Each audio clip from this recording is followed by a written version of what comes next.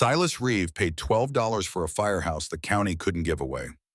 6 weeks later, he would crawl through that same building on his hands and knees while the roof came apart above him, smoke burning his lungs, Bishop somewhere behind him in the dark, while someone who knew exactly what he had uncovered tried to make sure neither of them walked back out. But that was still ahead of him. On the morning he signed the deed, all Silas knew was that Bishop had stopped in the middle of a road they had walked nearly every day for 3 months and refused to take another step. The dog stood at the edge of the cracked parking apron with his ears high and his weight pitched forward, staring through a gap in the plywood nailed over engine bay, two of the old Cedar Hollow volunteer fire station. He was an 11-year-old German Shepherd, black and tan, gone gray around the muzzle, with a torn left ear that had never sat right and the unnerving stillness of a working dog who had spent too much of his life waiting for humans to catch up. Silas gave the command once. "Bishop, come." Bishop did not come. He crossed the weed-choked lot instead, pressed his nose to the rotten plywood, and made a low sound in his chest that Silas had heard only twice in the 2 years since adopting him. Once outside a collapsed grain silo, once on a night neither of them had any reason to remember kindly, that was enough to make Silas follow.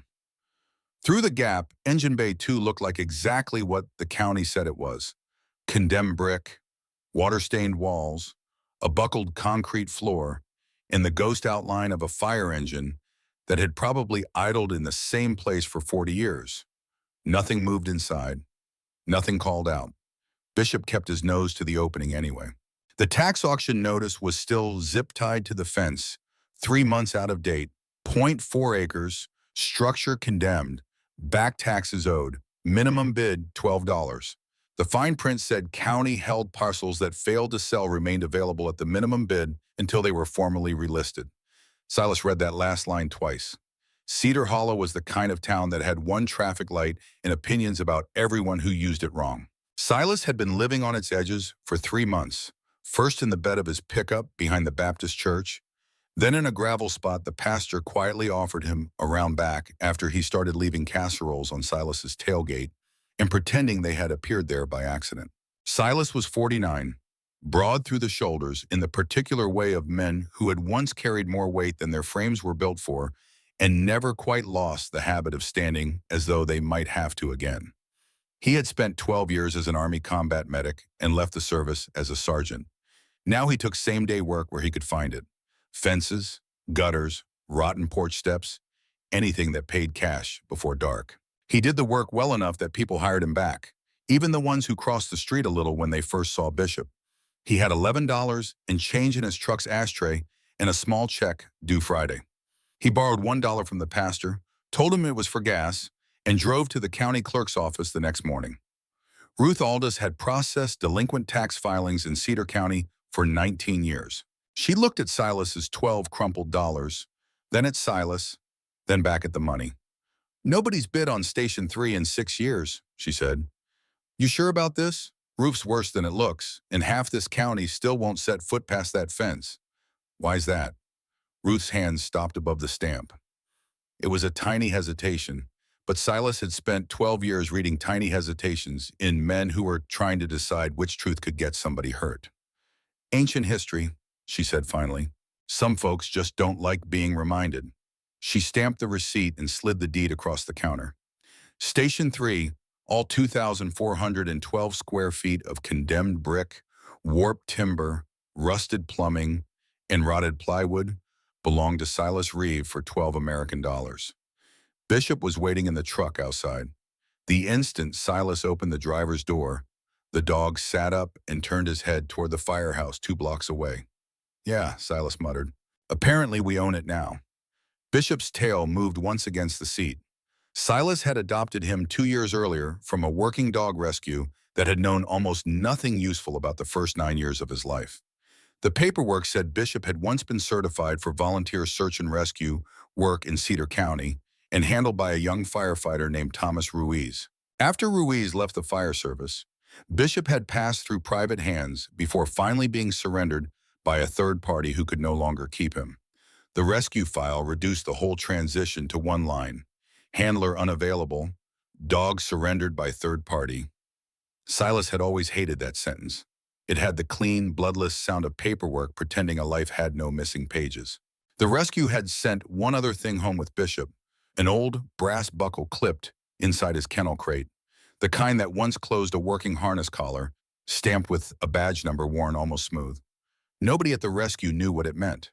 Silas kept it in his glove box for most of the next 2 years, not because he thought it mattered, but because throwing it away felt like making a decision that belonged to someone else.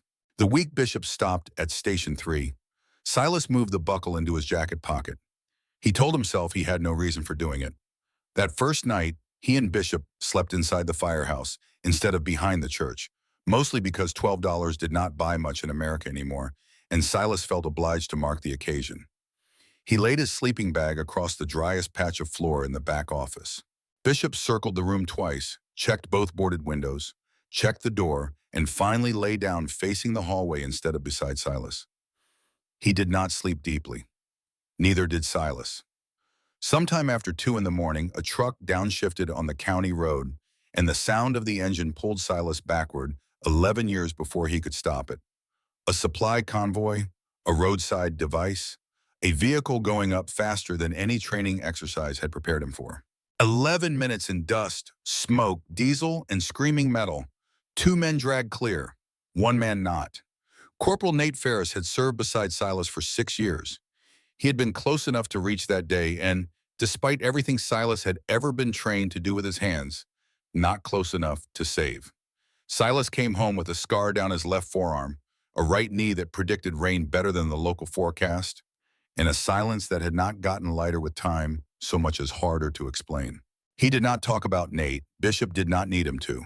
When Silas went still and his breathing changed, Bishop rose without command, crossed the floor, and leaned his skull hard into Silas's knee until the present became heavier than the memory. It was a language they had built over 2 years without ever deciding to build it. Silas trusted it more than most conversations he had ever had with people. By dawn, the truck sound had faded from his head. Bishop was still awake, watching the hallway. The building had been empty since Cedar County consolidated its scattered volunteer companies into a regional department 6 years earlier.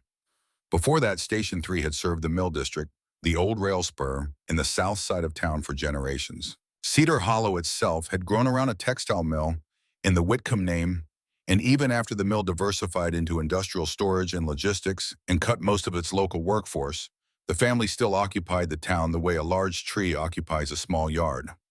Not everywhere exactly, but in the shade of nearly everything. The Whitcombs had paid for the library's original wing, the elementary school gymnasium, scholarships, summer ball uniforms, and the 4th of July fireworks for longer than most people could remember. Their money had done real good. That was part of what made the rest harder to talk about. In Cedar Hollow, questioning the Whitcomb family did not feel to most people like challenging one rich household. It felt like accusing the hand that had signed half the county's paychecks of hiding something in its other fist. Silas had noticed the way voices changed when the name came up during his first month in town. He knew that register. He had heard versions of it in the Army whenever everyone in a platoon understood which officer's mistake was not supposed to become a sentence. He did not yet know what any of that had to do with Station 3. He only knew Bishop had brought him to the building. For now, that was enough. The next morning, Silas carried a pry bar across the engine bay while Bishop waited so close to his leg that his shoulder brushed Silas's knee with every other step. The plywood came off easy once Silas had a legal reason to pull it. Inside, Engine Bay 2 was smaller than it looked from the road. The concrete floor buckled in one long crack down the center, where water had worked under it for a decade. The walls still hung with a faded chart of shift rotations nobody had updated since a date 9 years back that meant nothing to Silas and, he would later learn, meant everything to half the town.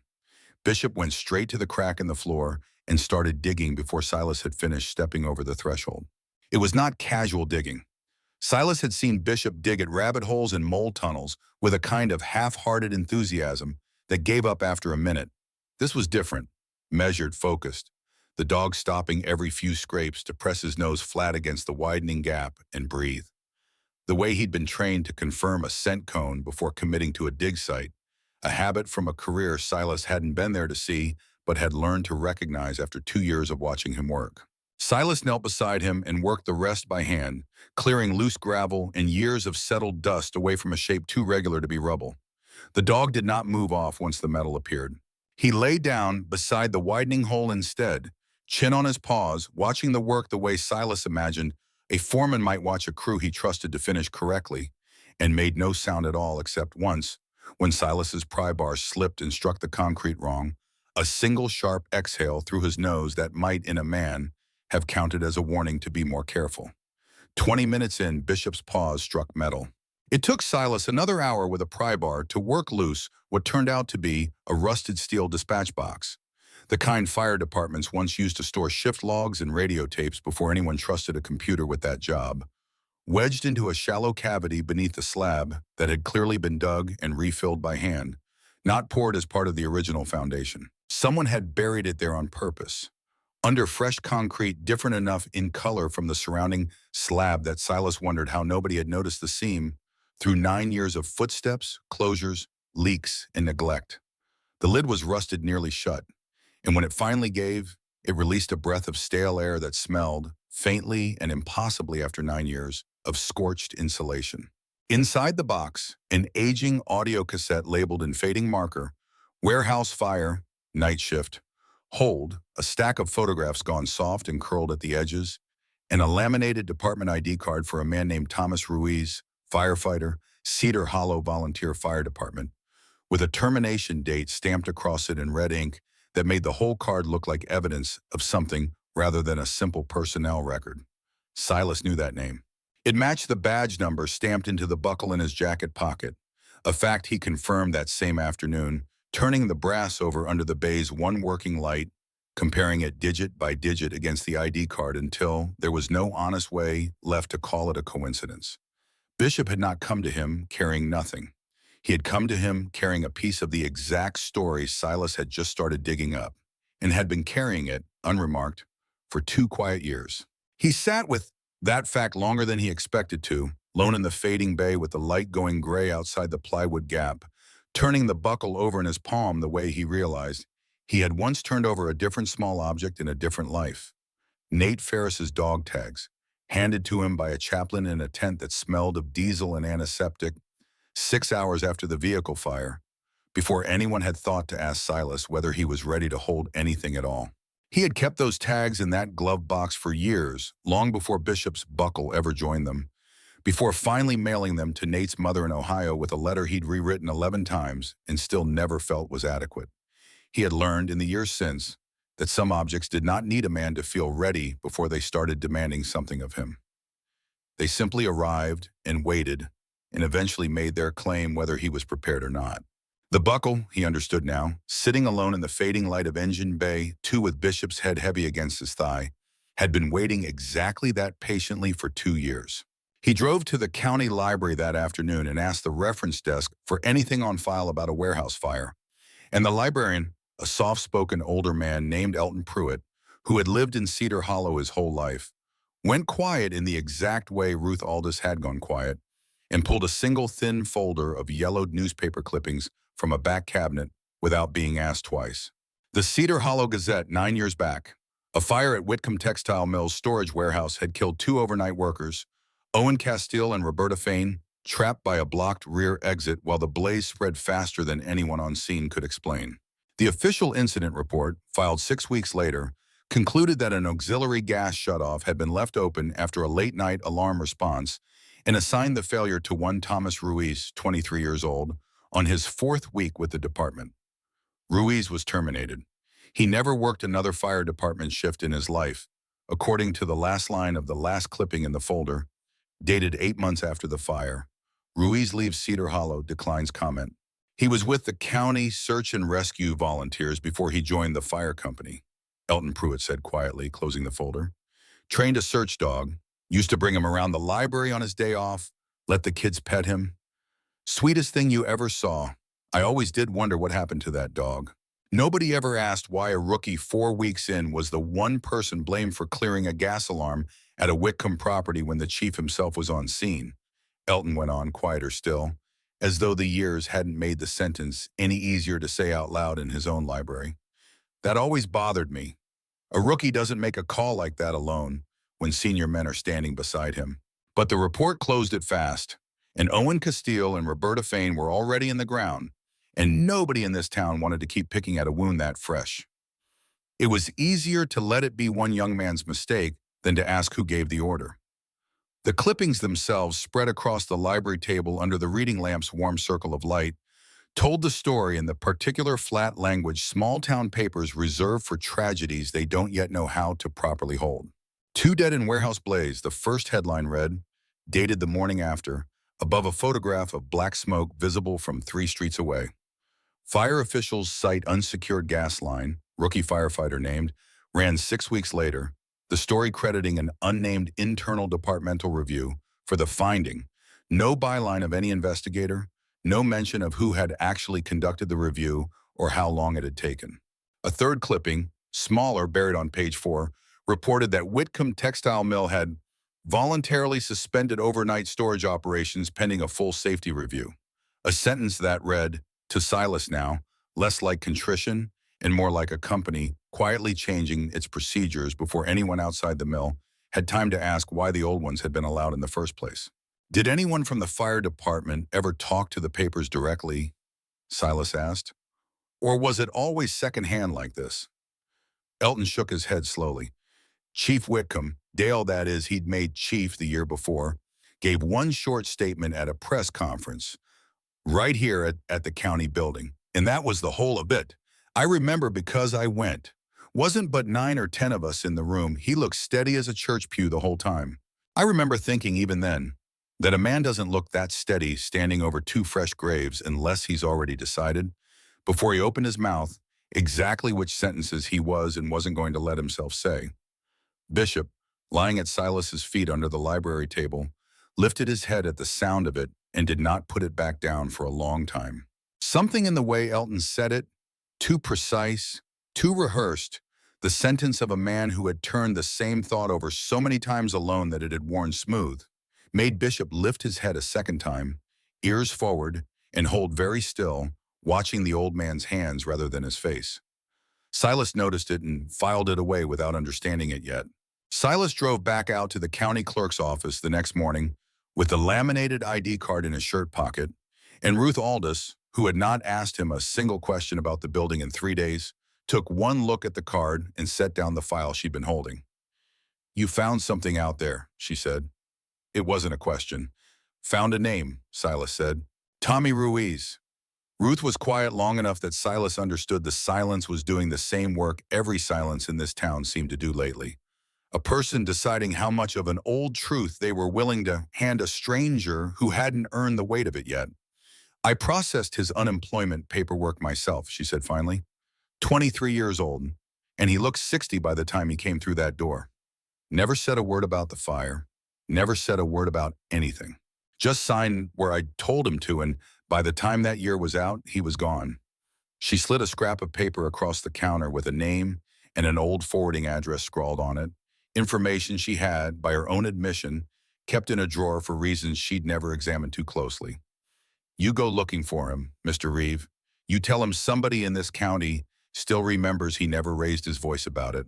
Not once. She paused, folding her hands on the counter in a way that made her look, for a moment, considerably younger than her 19 years behind that desk.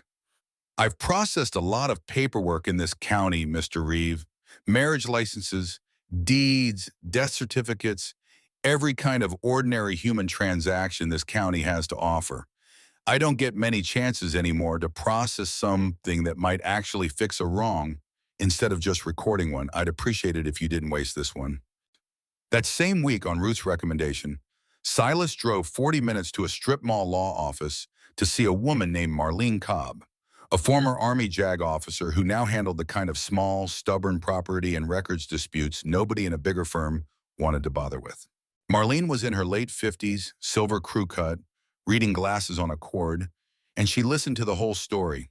The deed, the box, the badge number, the 9-year silence, without once interrupting the particular discipline of someone who had spent 2 decades in courtrooms learning that the fastest way to miss the truth was to start talking before the whole of it was on the table. You understand what you're describing, she said finally. isn't just an old fire. It's a public record that was falsified to close a case fast, which means somebody with authority over that report had a reason to want it closed fast. That's not gossip anymore once you can prove it. That's obstruction. And depending how old the paper trail runs, it might not even be time-barred. She took off her glasses and looked at him directly. I spent 11 years in the JAG Corps before I left active duty, Mr. Reeve. I don't take cases like this because they pay well. I take them because I got real tired, real young, of watching paperwork protect the wrong people. I'll help you. But I want you to understand now, before we start pulling threads, that towns like this one don't always thank you for finding out what they buried. She walked him through slowly and without any of the false comfort he'd half expected from a stranger taking on a case that clearly excited some old, unfinished part of her own history. Exactly what the coming weeks were likely to look like. Preservation notices to lock the evidence down before anyone could quietly dispose of it. Records requests to the county and eventually to Whitcomb Industries directly. And she said this part plainly, watching his face for how he took it. The very real possibility that whoever had buried this the first time would not simply let it stay found without pushing back. I'm not telling you that to scare you off, she added. I'm telling you because I spent 8 years learning that the worst thing you can do to a client is let them walk into a fight underestimating how much the other side has already decided to lose. I've been shot at by people with a lot more reason to want me dead than a town councilman with a mill to protect, Silas said. I think I can manage scared. He looked down at Bishop, curled at his feet beneath the folding table, and something in the flat certainty of his own voice surprised him even as he said it. What I can't manage is finding out 15 years from now that I had the chance to fix something and decided the easier road was worth more than doing it. I've made that particular mistake with a doorway once already in my life. I don't plan on making it twice. Marlene almost smiled at that, the first real crack in her courtroom composure since he'd sat down.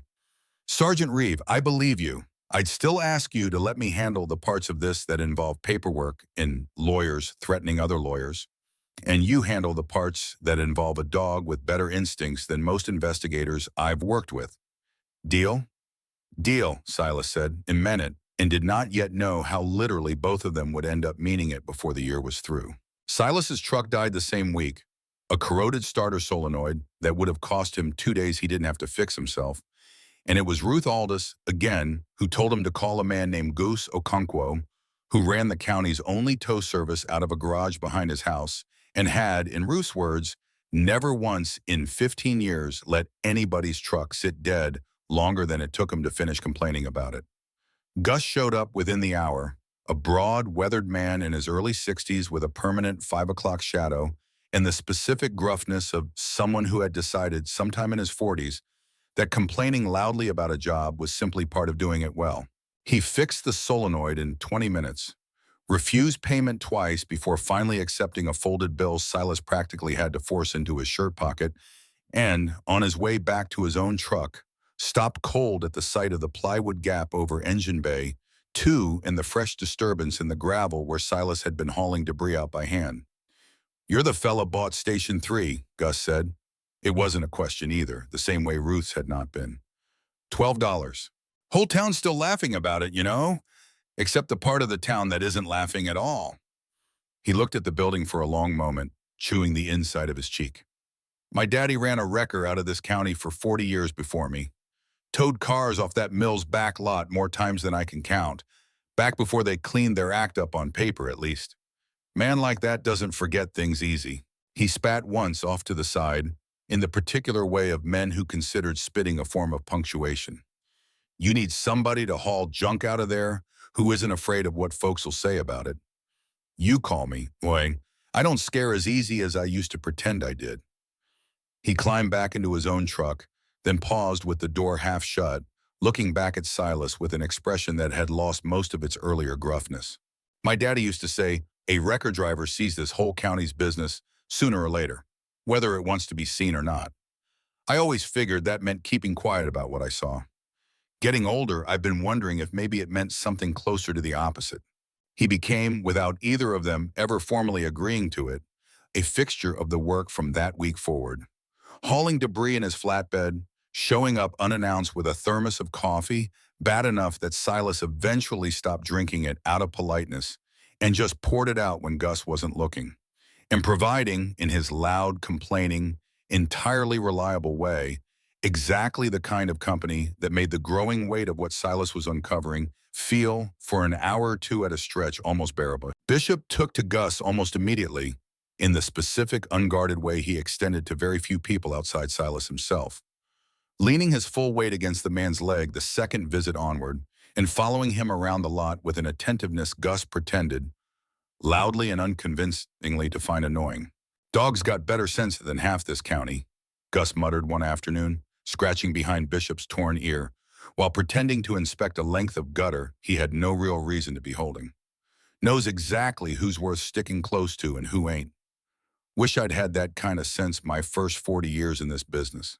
2 days later, at Marlene's suggestion, Silas met a woman named Yuki Tanaka, a genealogical researcher who specialized, an unusual specific practice she'd built almost by accident after her own grandfather's wartime labor record turned out to be falsified, in tracing the families of workers whose deaths had been quietly reclassified or minimized in official paperwork. She arrived with a laptop bag and a stack of index cards and sat across from Silas at a folding table in the back of Nadia Cross's newspaper office, which had, without anyone formally deciding it, become the room where all of this now happened.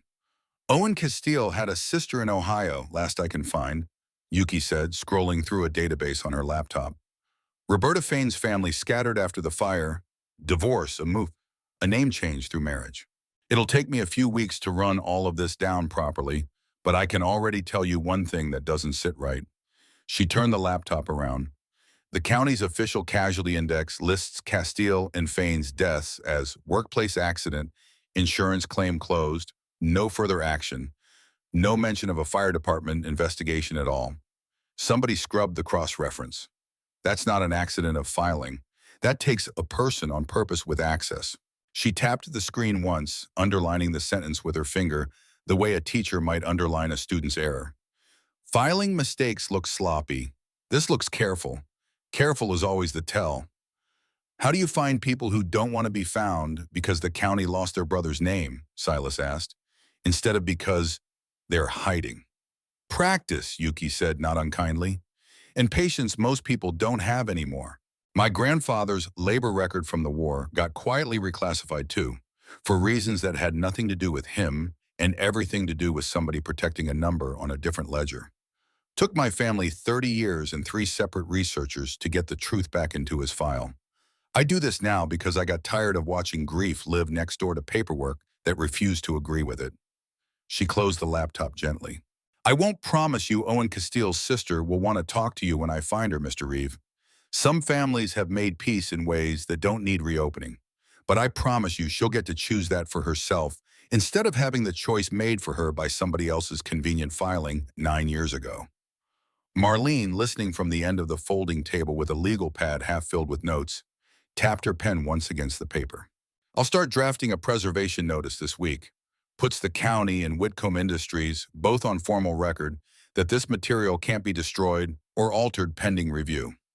It won't stop anybody from trying something ugly, but it means if they do, we've already told a judge in writing exactly what to expect them to try."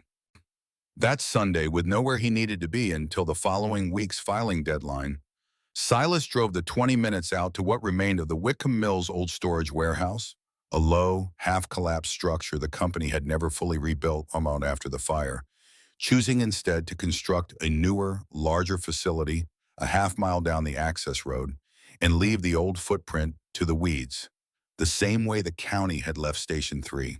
Bishop rode with his head out the window the whole way, and the moment Silas parked, the dog was out of the truck before the engine had finished ticking, nose to the ground, tracing something Silas couldn't see through knee-high grass toward the collapsed rear corner of the building.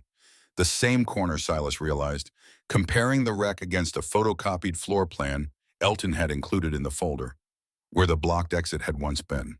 He stood there a long time in the quiet, the mill's newer building humming faintly in the distance, and thought about Owen Castile and Roberta Fane running for a door that would not open while a rookie firefighter followed an order he had already said out loud was unsafe.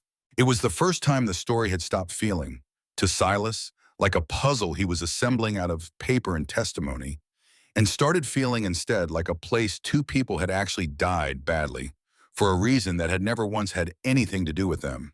Bishop, sensing the shift in him the way he always did, abandoned whatever scent he'd been following and came to sit pressed against Silas's leg instead. And the two of them stood there together at the edge of the ruined footprint until the light started going gold and it was time to drive back. Silas never put the cassette near his truck stereo. The moment Marlene saw its condition, she told him a 9-year-old tape that might be evidence got one careful playback, not a dozen experiments. Nadia Cross, who ran the Gazette as a one-woman operation out of a storefront that used to be a hardware store, still had a service cassette deck her predecessor had used to archive scanner traffic. With Marlene present and the recorder running, they made the first controlled playback. There. Nadia was in her late 30s, sharp-eyed, permanently ink-stained at the knuckles, and she listened to the first 12 seconds of the tape with her hand pressed flat against her mouth before she reached over and stopped it.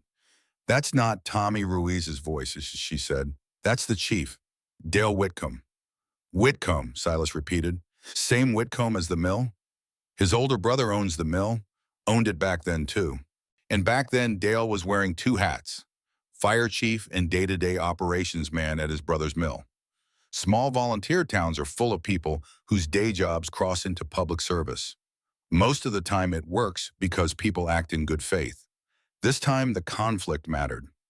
Nadia's jaw tightened the exact way Marlene's had, 40 minutes away and in a different career entirely, when a person chose a sentence with more care than the sentence itself would suggest. Dale ran the volunteer department for 4 years until the county consolidated the stations, then ran for town council. He's chaired it for the last 5. Randall Whitcomb still owns Whitcomb Industries outright. They diversified out of textiles into industrial storage and logistics about a decade back. Biggest private employer left in this county by a wide margin. I was 29 and when that fire happened. I remember the report. I remember thinking it closed awfully fast for a fire that killed 2 people. She played the rest of it. The tape was a recording of department radio traffic from a gas alarm response at the mill less than 20 minutes before the fire.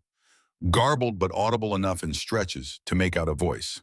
Whitcomb's confirmed a moment later when he identified himself by call sign, ordering Ruiz to reset the alarm and leave the auxiliary line in service instead of shutting the system down and waiting for the utility company.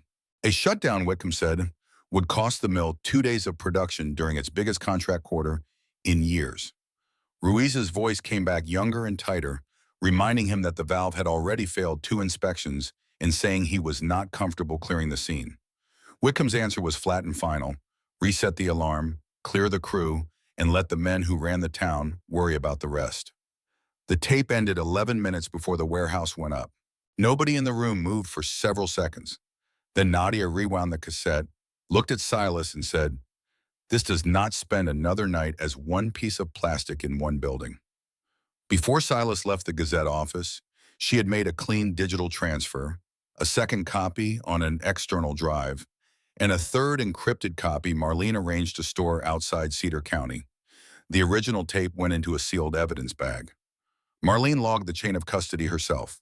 If somebody wanted the truth buried again, they would no longer be able to do it by finding one box and one match.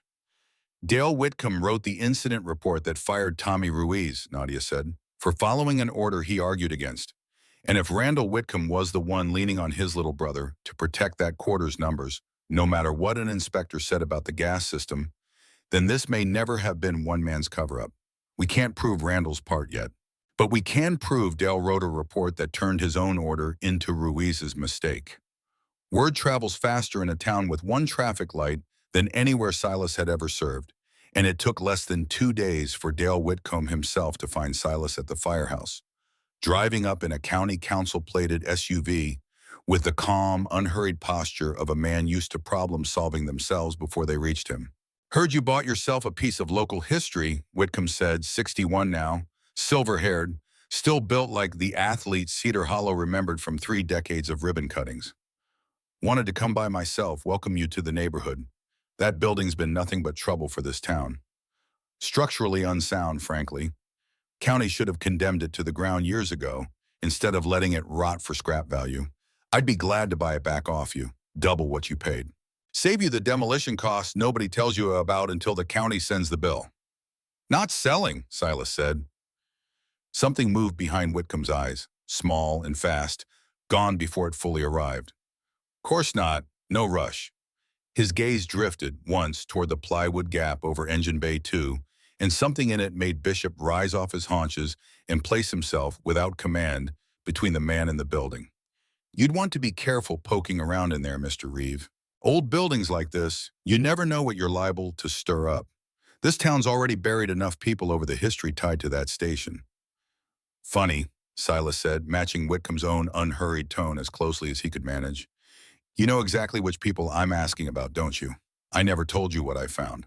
The friendliness in Whitcomb's face did not fully leave, but something underneath it shifted. The way ice shifts on a pond a half second before it gives, silent and total. I've lived in this county 61 years, Mr. Reeves. Yeah, I know every story that buildings ever had cause to tell. Comes with the chair I sit in. He smiled again, wider this time, and it did nothing at all to warm the rest of his face. You serve this country. I respect that plenty, but you've been here 3 months. I'd think hard before you decide you understand this place better than the people who built it. He left before Silas could ask him what he meant by that, and the SUV's taillights disappeared around the church corner into a dark that felt, to Silas, considerably less quiet than it had an hour or earlier. Bishop did not settle for a long time after the SUV was gone, pacing a slow, tight loop along the fence line with his nose low. And when Silas finally called him in for the night, the dog pressed against the closed door of the back office rather than lying down on his blanket, as though some part of him intended to stand watch there until morning, whether Silas asked him to or not. Randall Whitcomb himself called 2 days later, a number Silas didn't recognize lighting up his phone mid-afternoon while he was clearing debris with Gus, and something in the studied warmth of the man's voice, so similar in cadence to his younger brother's, that Silas nearly hung up, assuming it was Dale calling back, kept him on the line longer than he otherwise might have stayed. Mr. Reeve, Randall Whitcomb, I understand my brother paid you a visit. A pause, brief, waited. Whitcomb Industries has supported this county's economy for 4 generations, Mr. Reeve. My grandfather built this company out of a single textile contract into the largest private employer this region has left. I built on what he left me. I'd like to make you an offer. $75,000 cash for 2,400 and change square feet the county couldn't get anyone to take for $12 until you showed up. Call it a gesture of goodwill toward a veteran trying to get his footing in a new town. No further digging required. No more nights sleeping in a condemned building. You could buy yourself an actual home with that kind of money, Mr. Reeve. Somewhere with a working roof and no history attached to it at all. That's a strange number, Silas said slowly, turning it over the way he turned over most things people offered him too quickly, looking for the weight hidden underneath the shine of it. For a pile of rust nobody wanted a few weeks ago. A pause, brief, and when Randall Whitcomb spoke again, something in his tone had thinned, just slightly. The smoothness pulled a fraction tighter over whatever sat underneath it. It's a fair number for a man who understands that some questions cost more to keep asking than they're worth answering. Whatever my brother's department found or didn't find 9 years ago, Mr. Reeve, it was investigated thoroughly by trained professionals and closed. Reopening old grief doesn't bring anyone back. It only hurts the living who are left holding it on both sides of this conversation. Funny, Silas said. You know exactly which grief I'd be reopening. I never told your brother what I found, and I sure never told you. The line was quiet for a 2 count longer than it should have been. The offer expires Friday, Randall Whitcomb said, and the warmth was gone from his voice entirely now, filed down to something flat and precise. I'd hate it for circumstances that'd make the decision less pleasant than it needs to be. He ended the call before Silas could answer, and Silas stood in the gravel lot for a long time afterward with the phone in his hand and Bishop's weight pressed against his leg, and understood that he had just been told, as plainly as a man like Randall Whitcomb was ever going to say it out loud, that the clock had started. A county inspection notice arrived 3 days later, taped to the firehouse door in a plastic sleeve, citing structural hazards and scheduling a demolition review hearing for the following month. The first inspection Station 3 had received in 6 years, filed, Silas noticed, under an authorization signature that traced back to the council chairman's office. Ruth Aldous called him herself to say she'd never seen an emergency demolition review move that fast in 19 years of processing county paperwork, and that she didn't like what that kind of speed usually meant. The inspector himself, a tired county contractor named Herb Sutton, who clearly wanted no part of whatever politics had assigned him this particular job, walked the property with visible reluctance, noting real but ordinary structural wear, a sagging roof truss, some water damage, nothing Silas hadn't already flagged himself in his own repair notes, and then, almost apologetically, a line item that hadn't come from anything he could see with his own eyes at all. Elevated liability concern per county risk assessment, a phrase Marlene would later establish through a records request, had been added directly by the council chairman's office after Herb Sutton's own report was already filed. Over his objection, noted in a margin only Marlene thought to ask for. "I told them the building was standing fine for a man doing careful work on it," Herb admitted to Silas quietly, on his way back to his truck, glancing once toward the County D SUV that had trailed him the entire inspection at a distance just far enough to seem incidental. "Wasn't my call what got added after I turned it in. Man's got to make a living in this county same as anybody, Mr. Reeve. I'd think hard about who exactly wants this building gone bad enough to put words in a report I already signed." The pastor stopped leaving casseroles that week, not out of unkindness, he told Silas apologetically, but because 2 members of his congregation sat on committees Dale Whitcomb still quietly controlled, and a man in his position had learned, the hard way, which battles belonged to him and which didn't. Silas understood. He had spent enough years watching chains of command decide who got protected and who got left exposed to recognize the shape of it here too, just smaller and slower, and dressed in Sunday clothes instead of a uniform. He almost sold.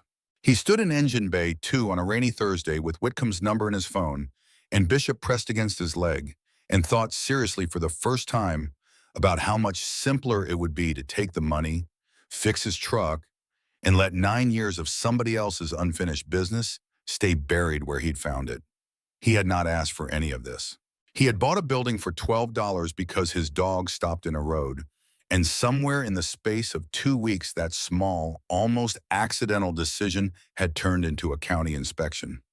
Legal bills he had no business taking on, neighbors suddenly measuring their words, and a man with a county-plated SUV implying, without ever quite saying it, that Silas's own safety was now a negotiable line item. Not everyone in Cedar Hollow wanted him gone, though it took the better part of 2 weeks for that to become visible. An elderly woman named Opal Freeman, who ran the diner 2 doors down from Nadia's office, started leaving a to-go coffee on the Firehouse's front step most mornings without comment, the same silent gesture the pastor had once made with casseroles, offered now by someone who had, it turned out, gone to school with Owen Castile's younger cousin and had never once believed the official story about a careless rookie. A retired millworker named Delbert Hayes cornered Silas outside the hardware store one Saturday, not to warn him off the way half the town assumed a Whitcomb loyalist might, but to press a faded photograph into his hand, himself and Owen Castile, decades younger, grinning in front of the mill's old loading dock, and to say gruffly, before walking off without waiting for a response, "Somebody should have asked more questions 9 years ago. Glad somebody finally is." Not everyone who stopped by had come to offer support. A man named Boyd Kessler, whose brother-in-law sat on the mill's regional supplier board, cornered Silas outside the hardware store the same week Opal Freeman started leaving coffee, jabbing a finger toward the Firehouse 2 blocks away. "You've been in this county 3 months, and you're already trying to burn down a family that's put food on more tables than you'll ever understand," Kessler said, loud enough that half the parking lot turned to look. "Randall Whitcomb gave my daughter a scholarship to nursing school. You think digging up some 9-year-old grudge is worth what it might cost the rest of us if that mill decides this county isn't worth the trouble anymore?" "I didn't dig anything up," Silas said evenly. "My dog did. I just didn't put it back." Kessler didn't have an answer for that and walked off muttering, and Silas stood there a moment longer with Bishop pressed calm against his leg. understanding not for the first time that the hardest part of this wasn't going to be proving what had happened. It was going to be surviving a town's argument with itself about whether the truth was worth what it might cost the people who'd built their whole lives around not asking.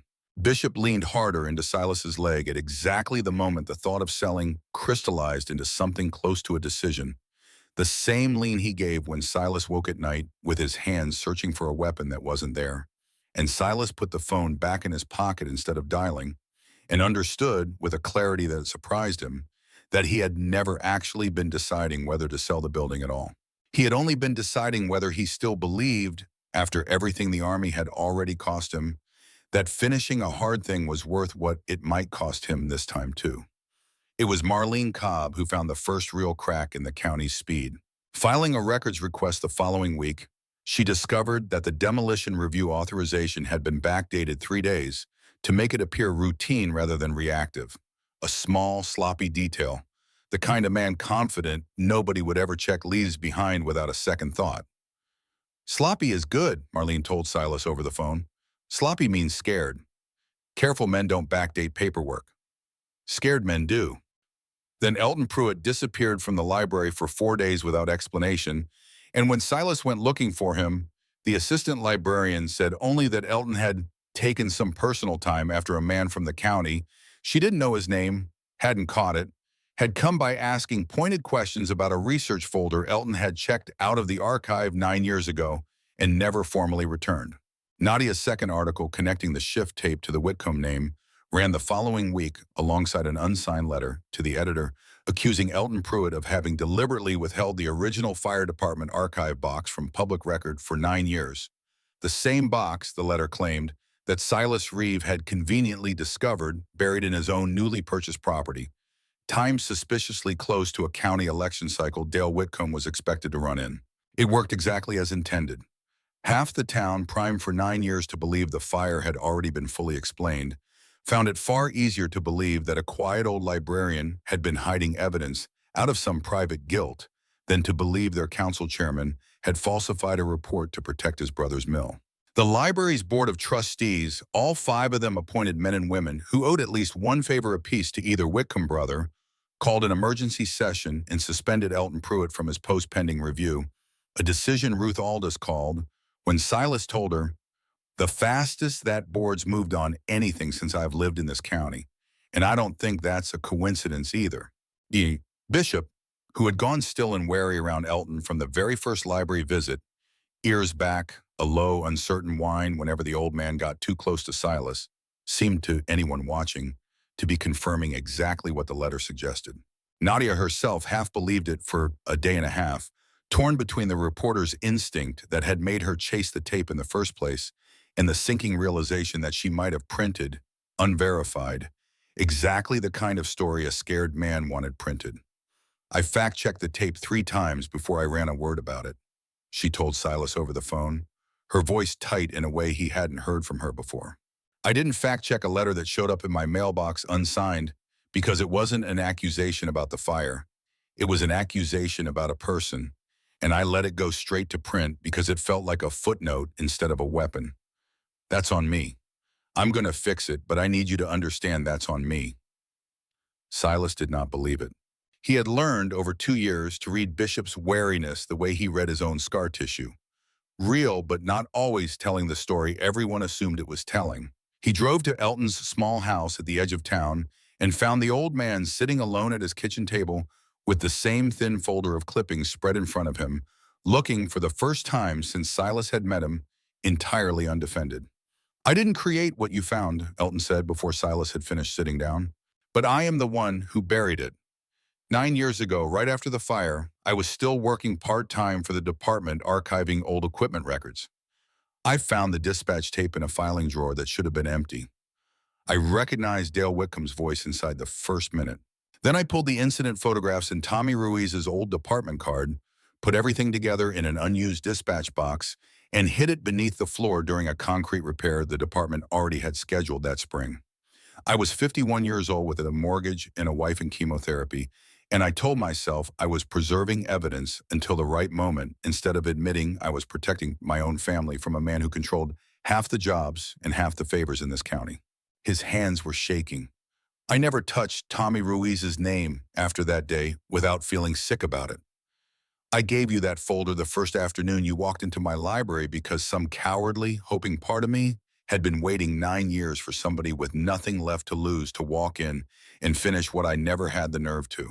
Bishop, who had followed Silas inside and stood wary by the door through the whole confession, crossed the kitchen slowly during the silence that followed and lay down, without command, at Elton Pruitt's feet. The same gesture Silas realized with a chill he didn't examine too closely that he gave Silas himself on the nights the past came back too loud to argue with. Watching him settle at Elton's feet, Silas wondered if he had misread the dog from the beginning. Maybe Bishop had not been sensing guilt at all. Maybe he had only been reading the old man's fear, the shaking hands, the guarded voice, the body of someone who had spent years bracing for a knock at the door, and answering it the same way he answered Silas when the past got too loud, by staying close instead of looking away. "Why didn't you just destroy it?" Silas asked, quiet, not unkind. 9 years is a long time to keep something that could ruin you sitting under a floor you kept walking over until the station closed. Elton was a long time answering, one hand resting on Bishop's head without seeming to notice he'd started doing it. "I asked myself that 1,000 times, he said finally. "I think the honest answer is that destroying it would have meant deciding permanently that Owen Castile and Roberta Fain didn't matter enough to risk anything for. Burying it and walking away let me keep believing every single day for 9 years that I hadn't fully decided that yet. That's not bravery, Mr. Reeve. I want to be very clear with you that it isn't. But it's the difference between a coward who destroys the truth and a coward who just can't quite bring himself to." He set both hands flat on the kitchen table, as though bracing himself against something only he could feel. "I told my wife, before she passed, that I'd made my peace with it. She believed me because I said it kindly and I said it often enough. I don't think either of us actually believed it. She used to catch me some evenings just standing in the yard looking toward the mill. Not doing anything, not going anywhere. Just standing there like a man waiting on a bus that was never going to come. She never asked me about it directly. I think she knew that if she asked, I'd have had to either lie to her again or finally tell her the truth. And by then, neither of us had the strength left for either one." He looked down at the pew and something in his face, for the first time since Silas had known him, came fully undone. "I used to see Tommy Ruiz walk that dog past this very house on his evening off, before any of it happened. He'd let my grandkids pet him right there on that porch. I've thought about that boy every day for 9 years and never once had the nerve to write him a letter. And now his own dog just walked into my kitchen and lay down at my feet, like he already forgave me for something I never had the courage to ask forgiveness for out loud." His voice broke on the last few words. "I don't expect that to fix anything. I just needed somebody to hear me say it plainly, for once, instead of leaving it buried where it was easier to leave it." In the days that followed, Bishop's behavior around the property changed in a way Silas noticed but couldn't yet name. A new restless patrolling along the fence line each evening that hadn't been part of his routine before. A reluctance to settle fully even on quiet nights. A habit of positioning himself, without being asked, in whichever doorway offered the clearest line of sight to the road. Silas had seen dogs do this before, in a different context entirely, in the weeks leading up to something a platoon's collective instinct had already sensed before any single man in it could have explained why. He mentioned it to Marlene, half joking, and she did not laugh. "I'd trust that dog's instincts over most security consultants I've worked with," she said. "If he's telling you something's coming, Sergeant Reeve, I wouldn't spend too much energy arguing with him about it." Silas did not have an easy answer for that, and he did not try to manufacture one. He had spent enough years around men carrying weight they couldn't fully explain to know that the kindest thing he could offer, most of the time, was simply not to look away while they said it.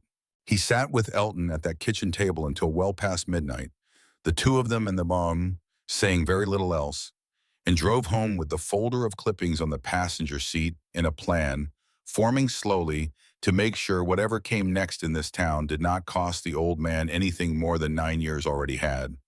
Marlene told the full story the next morning, was quiet for a long moment on the phone before she spoke. "I'm not going to pretend what he did was nothing, Mr. Reeve. 9 years is a long time to leave a family's grief unfinished, even out of fear rather than malice.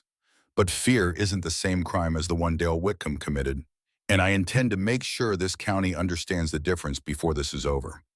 A man who buries the truth because he's terrified and then spends 9 years quietly trying to find the courage to undo it is not the same as a man who buries the truth to protect his own bank account and never once loses a night's sleep over it. I've prosecuted both kinds in my time. I know which one I'd rather this town spend its anger on. She was as good as her word. When the library board moved the following week to make Elton's suspension permanent rather than temporary, Marlene appeared at the next board meeting herself, unpaid, laying out with careful precision exactly how much of what the town now knew it owed to a frightened man's 9 years of quiet preservation rather than destruction. The board did not fully reinstate him that night. That would take the spring and a formal county apology and the rest of the truth finally settling into place. But they did, under her steady, unhurried scrutiny, walk back the permanent suspension before the meeting had even formally adjourned, buying Elton the months he needed to still be standing, if quietly and provisionally, inside the library's doors when the whole truth finally caught up with the rest of the town. The fire started at 11:40 that night in Engine Bay 1, the side Silas hadn't gotten around to clearing yet, and by the time the smoke alarm Marlene had insisted on installing woke him in the back office where he'd taken to sleeping most nights now, instead of the church lot, the flames had already found the old timber roof trusses and were climbing fast. He was on his feet and moving before he'd finished waking, the old training taking over faster than conscious thought. Low, stay low, count your exits. Don't trust the first door you remember. And for the first several seconds, it worked exactly the way 12 years of discipline had built it to work. He got the back office door open. He got 3 steps into the connecting hallway with his forearm pressed across his mouth. He was, for those first several seconds, simply a man doing the correct, practiced thing in a burning building. Nothing more complicated than that. Somewhere behind him, faint under the growing roar, he could hear Bishop's claws scrabbling against the concrete floor of the office, the dog having woken at the very first waft of smoke, seconds before the alarm itself, and already moving toward him rather than away from the danger, the same instinct that had once sent a search and rescue dog into collapsed buildings other animals refused to enter. Then a support beam gave somewhere above Engine Bay 1 with a groan loud enough to feel in his chest, and a wash of orange light rolled through the gap in the connecting doorway ahead of him, and something in the exact color and roar of it, not the smoke, not the heat, but that specific rolling orange wash, that specific sound a structure makes right before it truly commits to falling, reached backward through 11 years and found the one memory Silas had spent every day since trying not to stand too close to. He got as far as the connecting doorway before the smoke dropped him to his knees, and it was there, coughing, disoriented, one hand braced against a wall gone hot enough to feel through his palm, that 11 years fell away completely, and Silas was not in Station 3 anymore. He was under a rolled vehicle outside Kandahar with flames climbing the undercarriage, and Nate Ferris's voice getting quieter instead of louder. His own hands slick with someone else's blood and his own sweat, reaching for a strap he could not get loose, no matter how many times his training told him the angle should work. And his hands, he realized distantly, had stopped working the way he told them to, frozen mid-reach at a doorway that wasn't the doorway that had actually mattered, 11 years and half a world away from the one his body insisted he was standing in. He could hear himself saying Nate's name.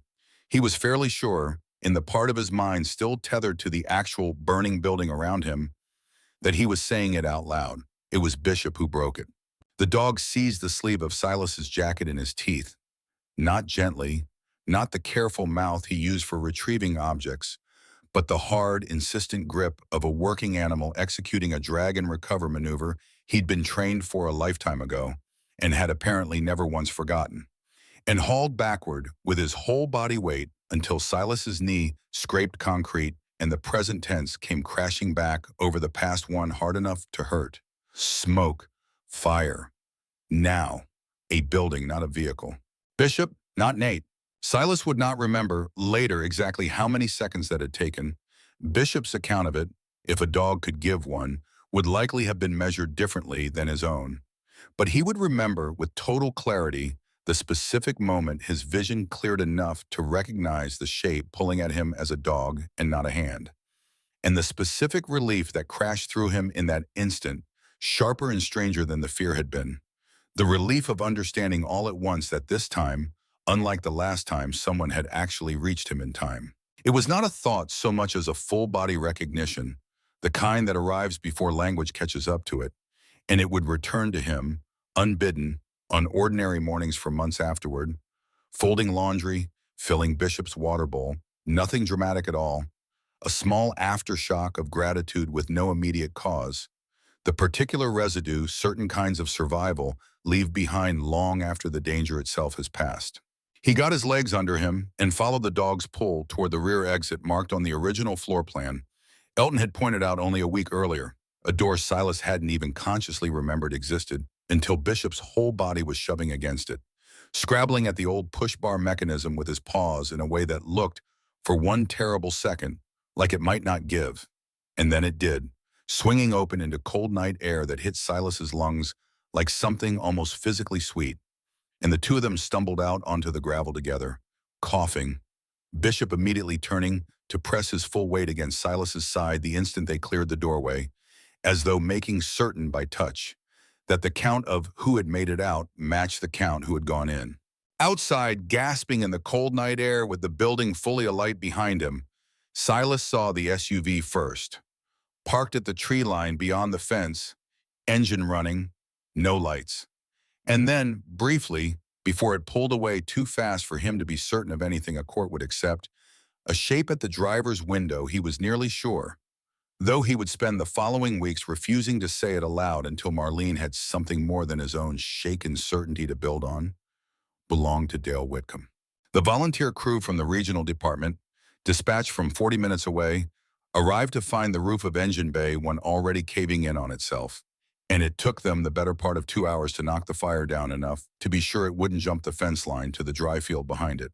Silas sat wrapped in a scratchy county-issue blanket on the open tailgate of Gus Okonkwo's truck, Gus having arrived within 11 minutes of the first neighbor's call, still in his undershirt, driving so fast down the county road that he later swore he'd taken the church corners on 2 wheels, and watched 9 years of somebody else's silence and 6 weeks of his own stubbornness burn orange against the tree line while paramedics argued, gently but insistently, that a man who just coughed up half a lungful of black smoke needed to be lying down in the back of an ambulance rather than sitting upright watching his own building die.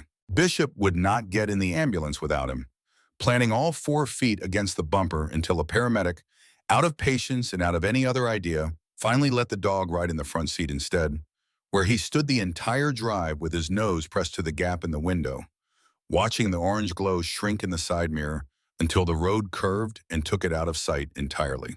At the county hospital 40 minutes away, Silas spent the night on supplemental oxygen with a chest x-ray clean enough to send him home by morning and a set of scorched, blistered fingertips that would take 3 weeks to stop reminding him, every time he gripped anything too hard, of exactly how close the doorway had come to being the last one he ever reached for. Bishop refused every attempt to remove him from the foot of the hospital bed, and by the second hour, a night shift nurse who had clearly decided the fight wasn't worth having simply brought him a bowl of water and left him alone. It was there, half asleep under fluorescent light with the oxygen line still taped beneath his nose, that Silas told Marlene Cobb arrived within the hour despite the drive. The one detail he had been turning over in his mind since the tailgate. The SUV at the tree line, engine running, no lights, and a shape at the driver's window. He could not, in good conscience, swear to under oath, though every instinct 12 years of combat medicine had ever sharpened in him, insisted it belonged to Dale Whitcomb. Instinct isn't evidence, Marlene told him gently, sitting in the plastic chair beside the bed, with her reading glasses pushed up into her hair. But it tells me exactly where to point the people whose job it is to find evidence. Get some sleep, Sergeant Reeve. Let me do the pointing.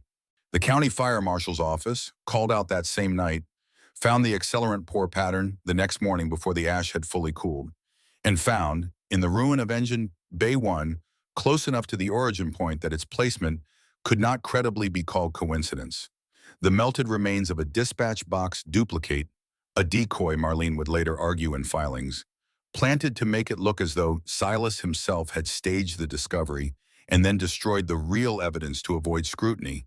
Exactly the kind of story that would let Dale Whitcomb walk into any future hearing calling the whole excavation a fabrication from the start. It very nearly worked. For 2 tense days, with Silas discharged but under doctor's orders to rest, holed up in Gus Okonkwo's spare room because the firehouse was now both a crime scene and structurally unsafe, and Bishop refusing to settle anywhere that wasn't within arm's reach of him, the county's own investigators leaned toward the tampering theory. Nadia ran a cautious, carefully hedged story that first morning that made Silas's stomach drop when he read it. When she called that evening, she told him the same thing she would later tell her readers. The evidence was not ready for accusations yet. Printing a theory before the lab work came back would not make the theory stronger. It would only warn whoever had set the fire that investigators were already looking in their direction. Yuki was still tracing the records behind the scenes. The first hard break came from an expedited state lab review. A partial fingerprint lifted from the least damaged section of the decoy box's latch matched Kurt Danvers, a Whitcomb Industries maintenance supervisor whose prints were already in a state hazardous materials credentialing database. That gave investigators a name. Yuki gave the name a history. Working nearly around the clock out of Nadia's back office with 3 laptops open and a pot of coffee that never seemed to empty, she traced Danvers through company records, property filings, vendor ledgers, and cash disbursements. By the end of the day, she had found 3 separate periods over the preceding decade when Whitcomb Industries had quietly used him for special projects off the formal payroll, each one beginning within weeks of an inspection, complaint, or maintenance problem the mill would rather not have made public. Kurt Danvers was arrested the next afternoon. Facing arson and attempted murder charges, he had no appetite to carry alone. He gave a full statement before midnight, naming Dale Whitcomb as the man who had hired him, paid him, and specifically instructed him to make sure the reporter's whole little theory burns up with the evidence. A phrase Nadia Cross would later print, verbatim, on the front page of an edition that sold out before 10 in the morning. The town council meeting, held the following Thursday, originally scheduled as the demolition review hearing Dale Whitcomb himself had authorized, drew a crowd Nadia had never in 5 years of covering it seen the room hold. Folding chairs dragged in from the fellowship hall next door, people standing 3 deep along the back wall, Opal Freeman's diner apparently closed early so half her regular counter could attend in person. Dale Whitcomb, advised by his own attorney that skipping a demolition hearing he had personally authorized would only deepen the appearance of retaliation, sat at the head of the council table with the particular rigid composure of a man performing calm he no longer felt anywhere underneath it. Marlene Cobb stood during public comment with a folder of filings in one hand and Kurt Danvers' signed statement in the other. "Chairman Whitcomb," she began, her courtroom voice filling the basement room without needing to be raised, "I represent Silas Reeve, owner of record of the property this body scheduled for emergency demolition review 3 weeks ago on an authorization your own office backdated to disguise how quickly it followed his discovery of a 9-year-old shift tape. I'd like to enter that tape into the public record tonight, along with a signed statement from Mr. Kurt Danvers, currently in county custody, naming you as the individual who paid him to set fire to that property 4 nights ago."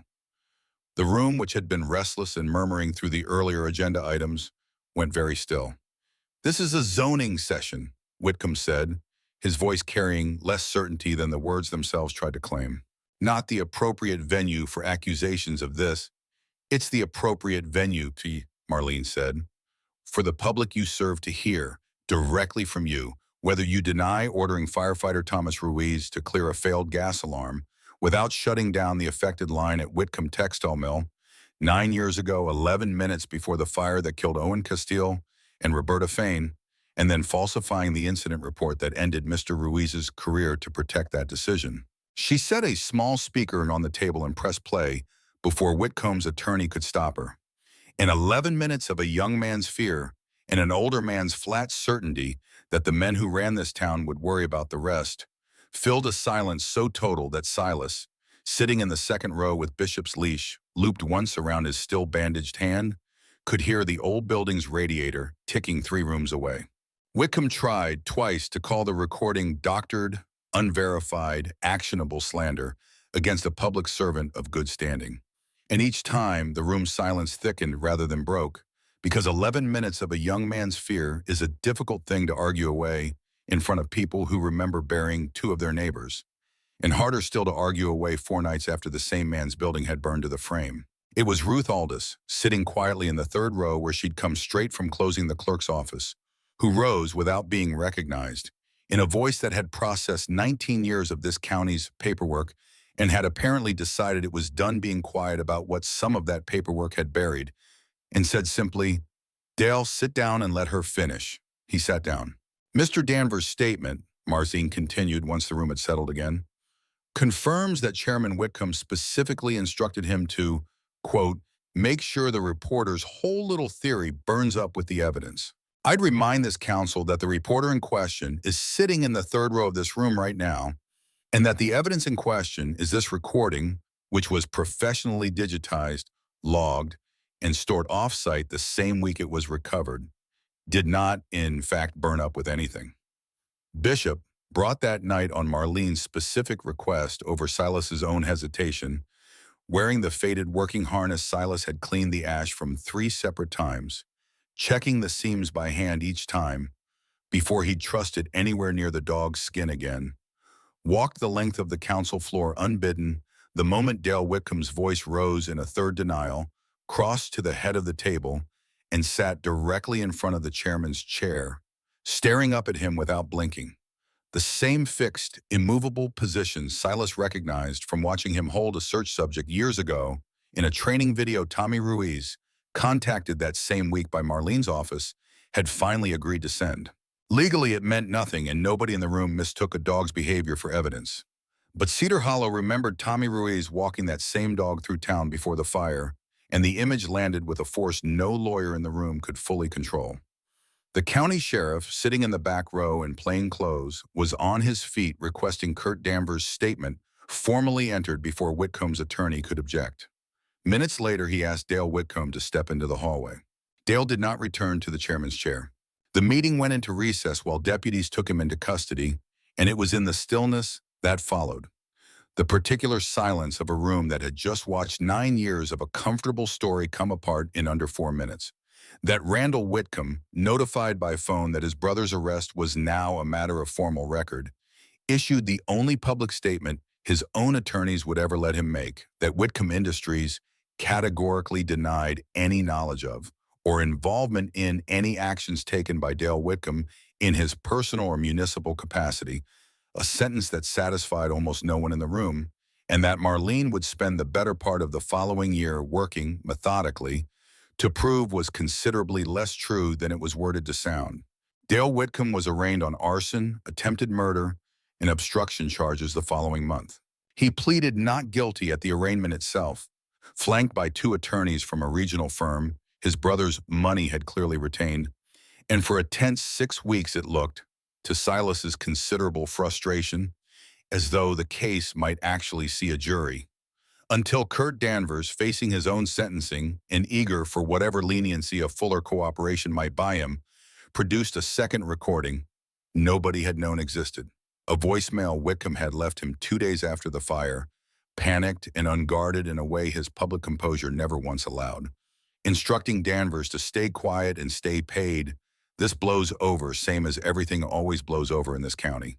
Faced with that voicemail layered on top of the fingerprint, the statement in the original shift tape, and a dog who had sat in front of him in a public meeting in a way half the county now quoted back at their kitchen tables, Whitcomb's attorneys negotiated a plea rather than risk a jury hearing all 4 pieces of evidence in sequence, and he accepted it 3 days before trial was set to begin, receiving a sentence long enough that his counsel seat and every favor it had ever bought him disappeared from Cedar Hollow inside a single season.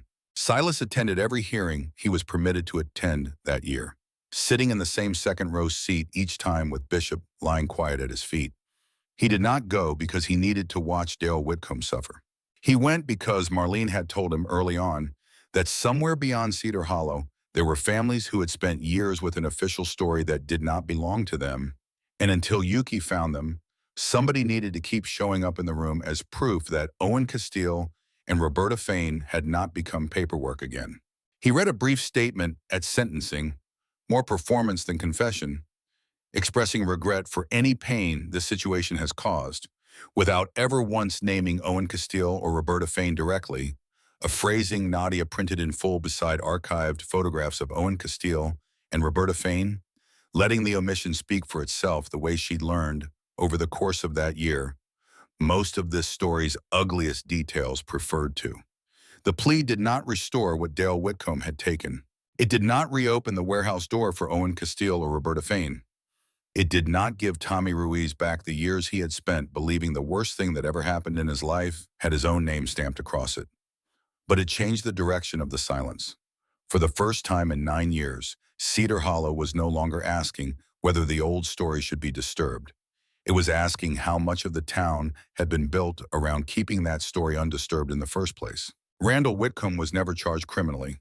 Marlene pushed as far as the evidence would let her, but Kurt Danvers would not implicate Randall in the arson, and the older records were too old, too fragmented, or too insulated behind people who had long since died or moved away to support the kind of criminal case she wanted. She did not confuse that with the absence of accountability. Her civil filings against Whitcomb Industries kept moving. Yuki kept surfacing maintenance logs, inspection waivers, vendor payments, and handwritten notes that showed a pattern larger than one warehouse fire. Shortcuts taken when production was threatened. Warnings softened when a contract mattered. People lower in the chain left holding decisions made above them. That history widened one more step when Gus went through a box he had avoided opening since his father died. His father had driven a wrecker in Cedar County for more than 40 years and answered enough late-night calls from mill security that he used to joke he knew which gate was stuck before the guard on duty did. Gus had inherited 3 shelves of grease-stained notebooks he had never found a reason to read. After Yuki showed him the pattern of special project payments, he found one. He brought a notebook to Nadia's office in a plastic grocery bag and set it on the folding table. My daddy wrote down everything, he said. Mileage, plate numbers, who called, who paid. Said memory was free and therefore not worth trusting. Most entries were ordinary. Dead batteries, mud, broken axles. Then Yuki reached 3 entries from the 2 years before the warehouse fire. Each carried the same unusual notation. Mill security, rear lot, cash, do not log company plate. The dates matched 3 maintenance incidents Yuki had already flagged in Whitcomb Industries records. A pressure warning, a failed shutoff inspection, and a refrigeration alarm, later reclassified as operator error. Gus's father had not known what those events meant. He had only written down what he saw. Gus stared at the page. He used to tell me a tow driver sees the whole county's business sooner or later, he said. I thought he meant you keep your mouth shut about it. Marlene turned the notebook carefully beneath the desk lamp. Maybe he meant you keep a record until somebody finally knows what question to ask. The notebook did not prove Randall Whitcomb ordered the old shortcuts. It did something more useful than pretending to prove too much. It independently confirmed that certain mill problems had been handled off the books long before Owen Castile and Roberta Fain died. By then, Silas understood this was how truth had survived in Cedar Hollow.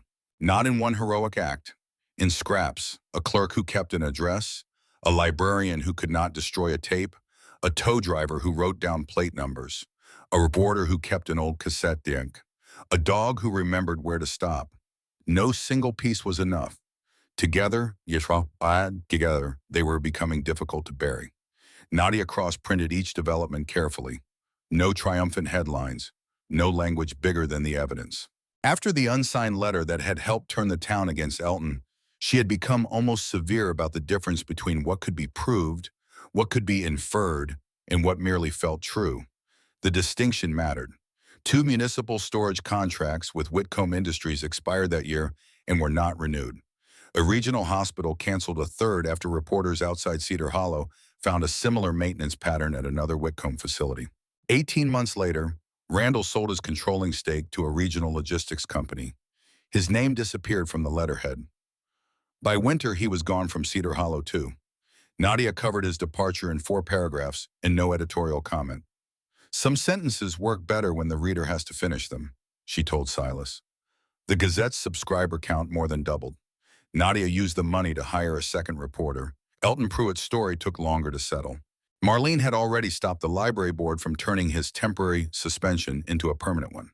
The following spring, after the criminal case had made the larger truth impossible to ignore, the board reinstated him fully and issued a formal county apology that he read once, folded carefully, and put in a drawer. Nobody called what Elton had done brave. Elton least of all. He gave a sworn statement and turned over every remaining record connected to the fire. Prosecutors ultimately declined to pursue him, citing the age of the conduct and his full cooperation. He had left two families without the truth for 9 years. He had also left the truth alive long enough for somebody else to find it. Both facts had to be carried at the same time. Too late to fix the years, he told Silas, but not too late to stop lying about them. Yuki found Owen Castile's sister first, but she did not call the moment she found a phone number. She verified everything before touching the grief on the other end of the line. Birth records, marriage records, old obituaries, property transfers, name changes. She checked every connection twice because, as she told Silas, grief was not the place to test a guess. Delia Castile Marsh was Owen's younger sister. She was 51 now, living outside Columbus, with two grown children who knew their uncle mostly through photographs and a family story that ended with the words, "workplace fire." For 9 years, nobody from Cedar County had called her with anything more. Yuki had learned caution the hard way early in her career. Once, trying to be kind, she had softened bad news until a widow interrupted and asked whether Yuki thought grief was too fragile to survive a plain sentence. She had never forgotten it. So with Delia, she began with names and dates: the warehouse fire, the blocked rear exit, the gas alarm, the order on the tape, the falsified report, Tommy Ruiz. Then she stopped talking. Delia was silent long enough that Yuki checked the phone. "I always wondered why it closed so fast," she said finally. "I taught myself that wondering was disrespectful to the people who investigated it." "It wasn't," Yuki said. "No," Delia answered. "I guess it wasn't." She asked for copies of every record before deciding whether she wanted to come to Cedar Hollow. Yuki promised to send them with the uncertain parts marked as uncertain rather than smoothed over. Roberta Fain's trail was harder. Her daughter Priya had married, moved twice, and stopped using the surname Fain, except on legal documents. Yuki found her through a cross-reference, then spent another day confirming she had the right woman. Priya was 39. She had been young when her mother died and had carried one image into adulthood. Roberta running toward a rear exit and simply not reaching it in time. Yuki told her the truth in the same plain order. The exit had been blocked. The dangerous condition behind the fire had been known. A young firefighter had objected. His chief had overruled him. The report had blamed the young firefighter for the chief's decision. Priya did not cry immediately. She asked 3 questions about the records, then 2 about Tommy Ruiz, then 1 about Bishop. "You're telling me the dog that belonged to the firefighter they blamed is the reason anybody found the tape?" "I'm telling you the dog stopped at the building," Yuki said. "A man listened to him. What happened after that took a lot of people." Priya made a sound that was almost a laugh and almost a cry. "My mother loved dogs," she said. Then she asked, "Why did nobody call us sooner?" Yuki did not offer a comforting answer because there was not one. People were afraid. Some protected themselves. Some protected the Whitcombs. Some convinced themselves the official report had settled it. Priya was quiet again. "And the dog?" Yuki glanced across Nadia's office, where Bishop slept beneath the folding table with one paw resting on Silas's boot. The dog did not seem convinced. The calls changed something in Silas. Owen and Roberta stopped being names attached to a case and became people still present in somebody else's life. A sister who had kept an old birthday card. A daughter who still dreamed about a door. The work was no longer only about correcting paper. It was about returning a choice to families who had never been given one. The choice to know what happened to someone they loved and to decide what to do with that truth once it finally reached them. For Silas, that distinction mattered. Truth could not give either family back the lost years. It could at least stop asking them to build the next years on a lie any longer. Tommy Ruiz came back to Cedar Hollow that same spring, after months of calls and records moving back and forth through Marlene's office. Silas had expected anger. He had expected suspicion. He had even prepared himself for the possibility that Tommy would want Bishop back, though he had no idea what he would say if the man asked. What he had not expected was for Bishop to recognize the truck before it fully stopped. The old shepherd was at the fence in seconds, tail low at first, head high, every part of him suddenly alert in a way Silas had not seen since the night of the fire. A man stepped from the driver's side, 32 now, leaner than the photograph on the laminated department card, and carrying 9 years in his face, in ways no photograph could have predicted. Bishop froze. Tommy did too. For 1 second, neither of them moved. Then Tommy said the dog's name. Not loudly, not as a command. Just Bishop. The dog made a sound Silas had never heard from him before and crossed the gravel at a run that ignored every gray hair around his muzzle. Tommy dropped to both knees before Bishop reached him and buried both hands in the dog's neck. He did not say anything for a long time. Silas turned away once, giving the moment what privacy a gravel lot could offer. When Tommy finally stood, he looked at Silas and then at the brass buckle in Silas's hand. Silas held it out. This was with him when I got him. Badge number matches your old ID. I figured it belonged to you. Tommy took the buckle and rubbed his thumb across the worn number. It did, he said. He looked down at Bishop. Then he closed Silas's fingers back around it. Doesn't anymore. Tommy stayed at Station 3 until well after dark that first day back. He and Silas sat on overturned buckets near the open bay while Bishop moved between them, unable to decide which man required closer supervision. For a long time, Tommy talked only about the dog. Bishop had been barely 2 when the warehouse burned, already certified for wilderness search and beginning structural search work. Tommy had trained him through the county volunteer team before taking a probationary spot with the fire company. On days off, they practiced in barns, drainage culverts, and wooded ravines beyond the old rail line. Once Bishop found a 6-year-old boy hiding beneath a collapsed porch after running away from home. He wouldn't leave that kid, Tommy said, scratching the gray fur beneath Bishop's collar. Found him in 8 minutes, then planted himself there like the rest of us were the ones who needed instructions. Silas smiled. Sounds familiar. Only after the light had gone did Tommy explain the years after the fire. The department terminated him before the investigation file was cold. One neighboring department told him quietly that applying would embarrass everyone involved. Another never returned his call. He had no money, no stable room, and nowhere that would accept a young working shepherd. A search volunteer named Ben Harlow took Bishop for a month. The month became a year. Tommy moved for construction work and kept sending money for food when Ben would accept it. Then Ben developed heart trouble. Bishop passed to Ben's nephew, then a farm family. Then through one more hand Tommy never managed to identify. By the time Tommy had stable housing and went looking in earnest, the trail was broken. I told myself he was better off with somebody who hadn't wrecked his life, Tommy said. Bishop lifted his head. Paperwork wrecked your life, Silas said. Dog doesn't read paperwork. Tommy laughed once. No, he never was strong on forms. That was when Silas understood why Tommy had not asked for Bishop back. He did not believe love. Love meant reclaiming whatever had once been yours. He looked at the life Bishop had built beside Silas and refused to turn reunion into another loss. Silas finally asked the question he had been avoiding. You want him back? Tommy looked almost offended by the idea. I want him where he knows he's home. Bishop was sitting between them, one shoulder against Tommy's knee and one paw touching Silas's boot. Tommy pointed down. Looks like he already answered. Silas felt something in his chest loosen that he had not admitted was tight. Tommy saw it and smiled. You don't owe me the dog, Sergeant. You gave him a life. That's not something I came here to take apart. Before leaving, Tommy stood at the truck with one hand on Bishop's neck. You got him through the years I couldn't find him. Silas shook his head. Mostly he got me through mine. Tommy considered that, then nodded. Yeah, he said. That sounds more like him. The county corrected Tommy Ruiz's personnel record that spring. The old line, dismissed for cause, was replaced with a new one that stated the finding had been based on a falsified incident report and had been formally reversed. Tommy read the corrected document in Marlene's office. He did not smile.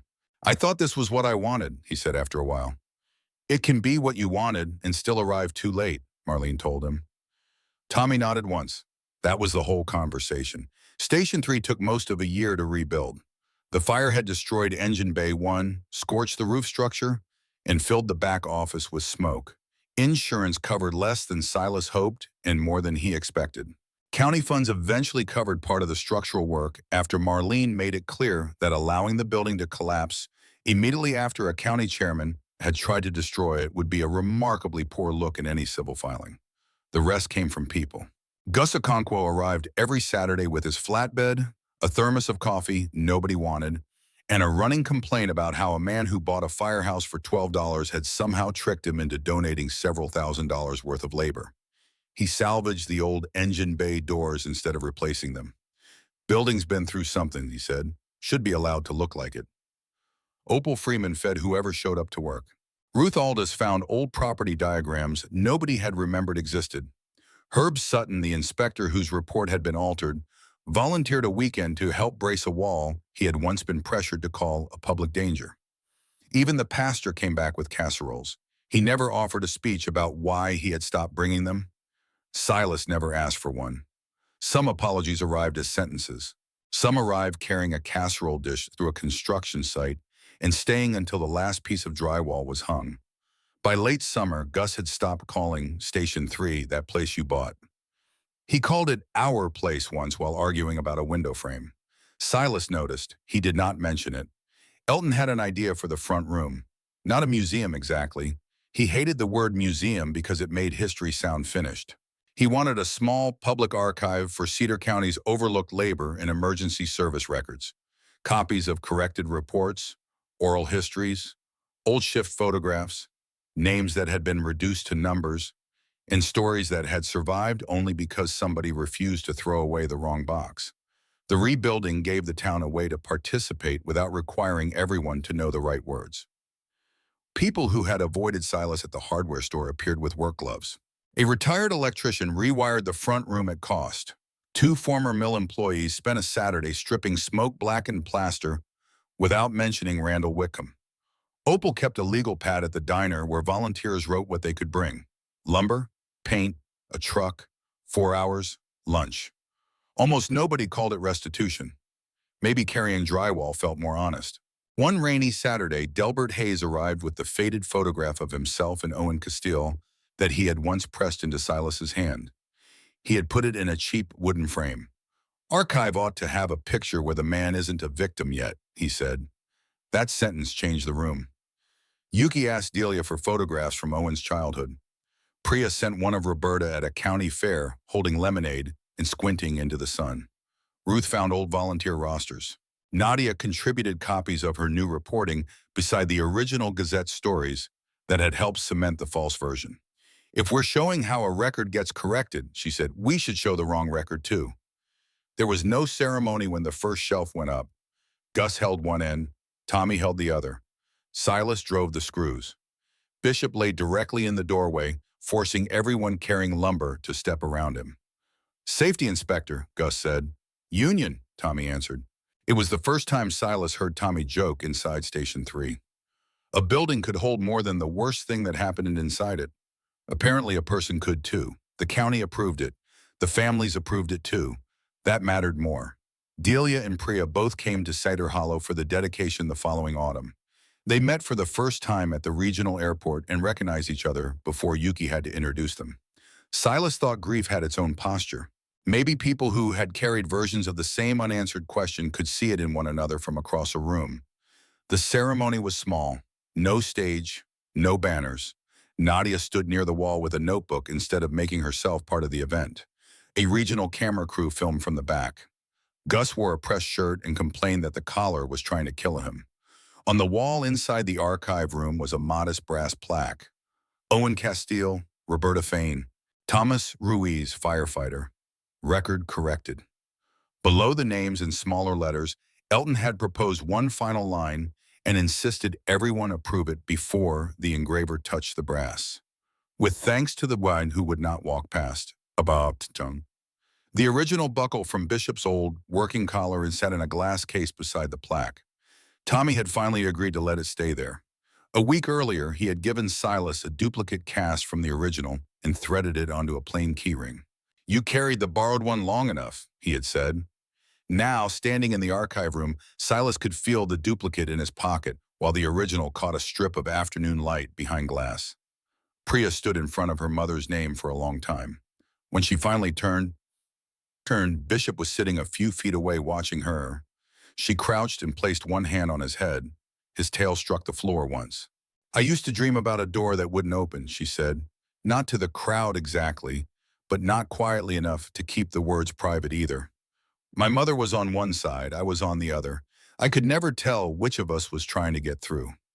I stopped having that dream a few years ago and thought maybe it meant I'd made peace with not knowing. She looked at the plaque. I don't think that was peace. I think I just stopped expecting the door to open. Yuki stood beside her. It's open now, she said. Priya nodded. Tommy spoke next. He rested one hand on Bishop's shoulder and stared at his own corrected name on the wall. I imagined coming back here 1,000 times, he said. Every version in my head had me saying something smart, something angry, something that made 9 years feel smaller after I said it. A few people smiled softly. Turns out I don't have that sentence. 9 years is 9 years. Owen and Roberta are still gone. My name being right on a piece of brass doesn't change what their families carried, but it matters that the lie doesn't get the last copy. He looked down at Bishop, and apparently the door just needed one stubborn dog and one stubborn man with $12. This time the laughter came easier. Silas had not planned to speak. Nadia had asked him the week before if he wanted remarks prepared. He had said no. Marlene had asked again that morning. He had said no again. Then everybody looked at him. Silas hated crowds. He hated microphones more. Bishop leaned against his leg, so Silas stepped forward. Somebody offered me $75,000 to stop asking questions about this building a few weeks after I bought it for 12, he said.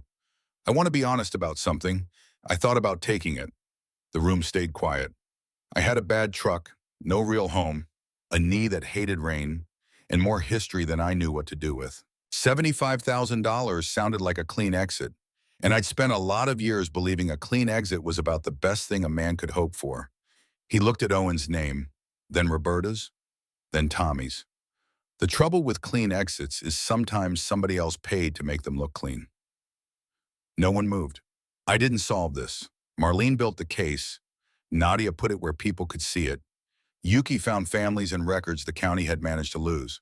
Ruth remembered what paperwork felt wrong. Gus kept showing up even when showing up got expensive. Elton preserved something he was too afraid to reveal. Tommy came back to a town that gave him every reason not to. A lot of people did one thing each. Silas rested his hand on Bishop's head. I just didn't argue with my dog when he stopped in the road. Afterward, people kept asking Silas what he was going to do with Station 3. He never had a grand answer. He lived there. That was the first thing. The back office became a small apartment with a real bed, a second-hand table, and a window Gus insisted on replacing twice because the first one looked cheap. The archive occupied the front room. The restored engine bay became a community workspace where volunteer crews stored storm supplies and where, on Saturday mornings, a handful of local dog owners began showing up after somebody heard the veteran at Station 3 knew something about working animals. Silas corrected that rumor every time. I never trained a search dog, he told them. Tommy did. Tommy, who was working construction 2 counties away, started coming back when his schedule allowed. At first, he stood at the edge of the lot and offered a correction only when somebody was about to teach a dog something stupid. By his 3rd visit, Gus had built him a small equipment rack without asking whether he planned to stay. The Saturday dog sessions became the quietest proof that Station 3 had changed. Silas never advertised them. One neighbor brought a young shepherd that panicked at thunder. A deputy came with an aging tracking dog whose handler wanted advice on keeping him engaged after an injury. Then 2 teenagers from the volunteer rescue team began showing up early to sweep the bay before Tommy arrived. Silas taught only what he knew. Read the dog before you correct the dog. Do not confuse hesitation with disobedience. Do not ask an animal to trust a doorway you are afraid to enter yourself. Tommy handled the technical work, scent patterns, search grids, recall, indications. Their styles fit together without much discussion. One morning, Silas watched Bishop lying in a patch of sun while a young dog worked a simple hidden person exercise across the old parade lot. Bishop lifted his head at the first correct indication, ears forward, then lowered it again as if satisfied somebody else had finally learned the job. Silas looked at Tommy. Tommy had seen it too. Neither man said anything. Some retirements did not need a ceremony. Nobody announced the arrangement. Bishop treated it as settled. Silas's own recovery was less public. For weeks after the arson, he woke at 2 in the morning with his hands searching for a doorway that was no longer burning. Some nights, the phantom smell of scorched insulation reached him before he was fully awake. Sometimes he heard Nate Ferris's voice in the split second between dream and room. Bishop would rise from his blanket and press his shoulder into Silas's ribs until the walls became Station 3 again. The rebuilt Station 3. The safe one. The one with exits that opened. The second spring, Silas went to the regional VA clinic for the first time in 9 years. Marlene had suggested it more than once. She had never made it sound like an order. That was probably why he finally went. He said almost nothing in the first session, not much more in the second. By the fourth, he told the counselor about the 11 minutes outside Kandahar from beginning to end. He told her about the strap he could not release, about Nate getting quieter, about the doorway in Station 3 that became a vehicle door in his head, about Bishop's teeth closing on his sleeve, and the violent, impossible relief of understanding that this time someone had reached him in time. The counselor listened without trying to turn any of it into a lesson too quickly. Then she told him something he carried home. Surviving a second fire without losing anyone did not erase the first fire. It proved grief and capability could live in the same body without one canceling the other. Silas had spent years thinking healing was a door, something a person either walked through or failed to walk through. He began to understand it was closer to a tide. Some nights it came in and covered ground he thought had been dry for years. Other nights it went back out and left enough solid earth to stand on. Neither version meant he had failed. That spring he wrote to Nate Ferris's mother for the first time in nearly a decade. He did not try to explain the whole story. He only told her that years after mailing Nate's dog tags home, he had found himself in another fire, and an old working dog had dragged him back through a doorway he could not make himself cross alone. He wrote that he thought Nate would have found the whole thing funny in exactly the way Silas still missed most. Her reply came 6 weeks later. Short, careful handwriting. She still kept Nate's tags on her nightstand. She was glad, she wrote, that some part of her son had apparently kept finding ways to bring people home. Silas read the letter 4 times. Then he folded it and placed it in the footlocker beneath his bed. Bishop slowed as the seasons passed. The steps took longer in wet weather. He slept more deeply in the afternoons. Gray spread across his muzzle until even Gus stopped pretending not to notice it. But his eyes never dulled. He still met trucks at the gate. He still watched unfamiliar people before deciding whether they belonged. And on the nights when Silas's breathing changed in the dark, Bishop still knew before Silas did what kind of night it was going to be. Sometimes a shoulder against the ribs, sometimes a head on the knee, sometimes nothing but quiet company on the porch, while Cedar Hollow's one traffic light changed for an empty road. The town did not become perfect because one lie was exposed. Boyd Kessler, the man who had once accused Silas of trying to destroy the family that fed the county, never came to the archive dedication. Some people apologized. Some changed the subject. Some kept insisting the Whitcombs had done more good than harm and resented being asked to count the two honestly. Silas stopped needing everyone to agree. The record agreed. Owen Castile and Roberta Fain had names, causes, and a truth that no longer depended on who was brave enough to whisper it. Tommy Ruiz had his name back. Elton no longer had to look toward the mill from his kitchen window and wonder whether the box under the floor would outlive him. And Station 3, the building Cedar County had tried to sell for the price of lunch because nobody wanted the liability of remembering it, had become a place people entered on purpose. Maybe there is a Station 3 in your own life. An old debt nobody collected, a name reduced to one line nobody double-checked. A silence everyone learned to walk around because opening it looked harder than living beside it. Silas Reeve did not heal by forgetting Nate Ferris. Cedar Hollow did not become whole by pretending Owen Castile and Roberta Fain had simply died in an accident no one could have prevented. Healing began when the record finally agreed with the truth, when people who knew better stopped protecting the silence, and when one old dog refused to keep walking past a door everyone else had learned not to see.